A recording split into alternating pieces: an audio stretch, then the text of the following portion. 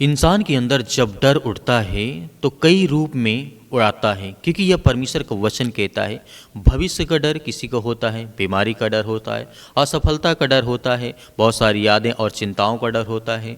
डर उस जगह रहता है जहाँ विश्वास कमज़ोर होता है। यह बाइबल का वचन कहता है, क्योंकि परमेश्वर हमें प्रतिदिन एक नया जीवन, एक नई उम्मीद, एक नई प्रकाश, एक नई रोशनी देता है। वैसे ही प्रभु का वचन कहता है, आज सुबह सुबह प्रभु कहता है, मेरा नाम शांति है, तू शांति से स्थिर, मैं तेरी ओर से लड़ूंगा। इस बात को दोहराते ही मूसा ने लाल सागर किनारे इस बात को कहा था कि यहोवा तुम्हारे लिए लड़ेगा, चुपचाप रहो। क्योंकि आप जानते हैं जब लाल सागर की उस समय घटना घटती है तो जो मिस्र के लोग थे इजराइलियों को दौड़ा लिए थे, और उसके बाद उधर लाल सागर आ गया और बीच में जो इजरायली थे वो फंस गए। तो यहाँ पर मूसा ने इस बात को दोहराया था कि परमेश्वर आप लोगों के लिए लड़ेगा और तुम चुपचाप स्थिर खड़े रहो। निर्गमन पुस्तक अध्याय के 14 में लिखा है। तो इसीलिए जीवन में हमें भी धैर्य और विश्वास और बड़ी आग्रता के साथ हमें परमेश्वर के वचन के साथ चलना चाहिए। क्योंकि परमेश्वर वचन यहाँ पे कहता है, जब तू सुबह अपने काम के लिए निकले तो कह प्रभु से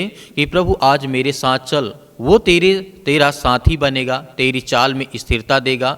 दाऊद ने इस बात को भी दोहराया था। दाऊद ने क्या कहा था?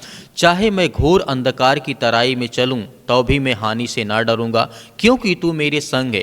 राजा दाऊद कई वर्षों तक लगातार जंगलों में अटकता रहा, इसी विश्वास के साथ कि परमेश्वर मुझे जवाब देगा और मुझे संभालेगा। जो मेरे अंदर डर है उसे परमेश्वर निकालेगा। इसीलिए राजा दाऊद ने यह भी कहा है, डर भागता है जहाँ परमेश्वर चलता है। तो परमेश्वर आपके साथ है तो आपके जीवन में आपको डरने और भयभीत होने की आवश्यकता नहीं है। मैं आप एक छोटी आपको कहानी बताना चाहता हूँ। एक बच्चे ने अपने पिता से रात में कहा, पिता या पापा मुझे डर लग रहा है। पिता ने कहा, मैं तेरे कमरे में हूँ। बच्चा बोला, अब मुझे डर नहीं लगता है।